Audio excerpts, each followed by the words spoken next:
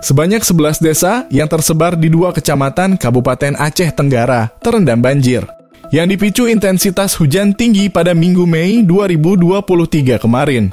Kepala Bidang Pencegahan BPBD Aceh Tenggara, Zainal Abidin, menyampaikan, banjir disebabkan karena jebolnya tanggul Sungai Lawe sehingga meluap belasan desa di wilayah Kecamatan Lawe Sumur dan Bambel.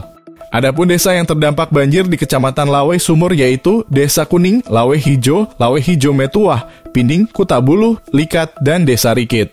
Selain membuat pemukiman penduduk terendam material kayu, yang dibawa banjir juga menyebabkan penyumbatan di jembatan jalan nasional di Desa Kuning, Lawe Sumur, sehingga mengganggu akses transportasi.